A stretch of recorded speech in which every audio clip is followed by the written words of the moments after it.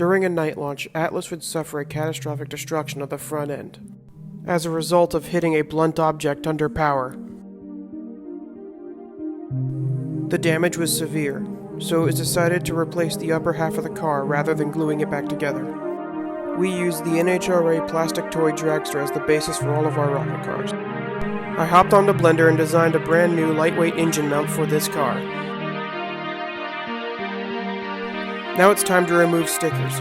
Using a hairdryer, I applied heat to the sticker and slowly peeled it off, making sure not to tear it. I won't be removing the stickers off the wings and spoilers, as I'm just going to cut those off later. It's not worth the effort. As you can see, there's still some sticky residue left. I will be using some Proto Shine to remove this, as it is very effective at removing sticky residue and paint overspray.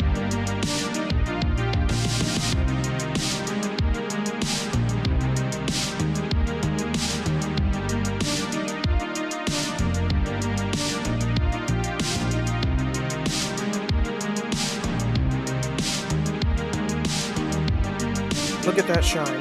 Now it's time to remove the wheels, the engine, and the spoiler. Now that those parts have been removed, it is time to remove all of the excess plastic, as it is just dead weight and does not help aerodynamic performance. The fore, mid, and aft wings will be removed, as well as the roll cage to make way for a 3D printed canopy. Now that all that's been removed, as well as some other excess plastic, it is time to remove the stock bottom and put in the original bottom from Atlas. The internal jet blast deflector prevents hot gases from damaging the plastic body of the car during the ejection phase.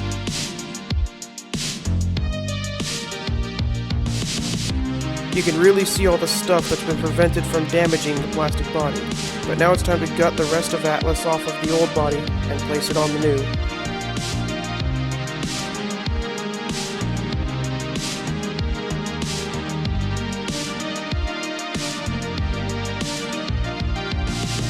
After putting the old axle on the new body, it's time to install the vertical stabilizer. As much as we would like to keep these things on the ground, it is inevitable that the front wheels will lift during the launch, due to roads not being perfectly flat. Thus, the vertical stabilizer is used to keep the car going straight while the front wheels are off the ground. Due to TikTok time constraints, I'm going to have to separate this into a two-parter, but if you're watching this on YouTube, don't worry, both parts are in the same video. But for your TikTok viewers, I will see you in part 2.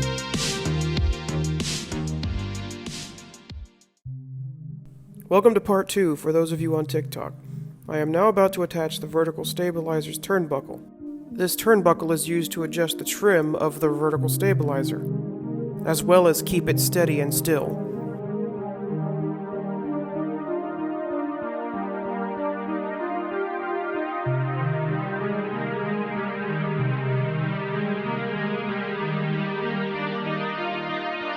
Now I'm going to install the metal front wing that creates downforce.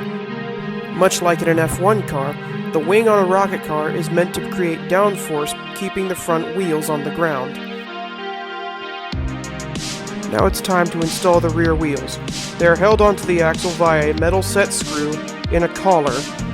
The axle doesn't spin, so it's more or less just a rod that allows the wheel to spin around it. Now it's time to install the adjustable front steering.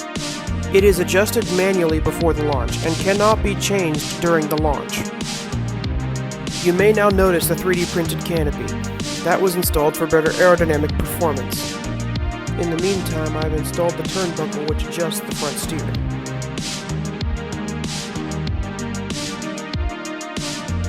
Now it's time to close up the bottom of the car for the last time and get a good look at what we've done.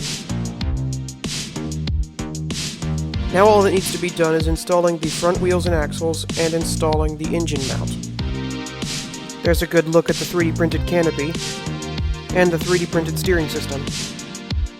Now it's time to install the axles. I put a little glue and then drill them into the holes.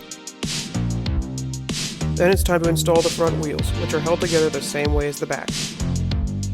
Just need to trim up those axles a little bit. There we go. Now about that engine mount. I will be using a Creality Ender 3 V2 3D printer to print this. Unfortunately, my phone died while this was filming, so this is all you get.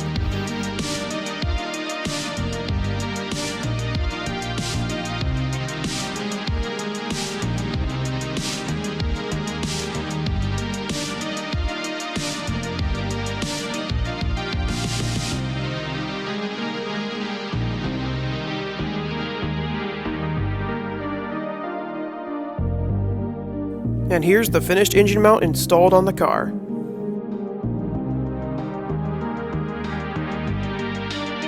As an added bonus, the weight of the car did not change. In the meantime, if you have any questions or comments, feel free to leave them in the comment section. In the meantime, thanks for watching, and I'll see you on the racetrack.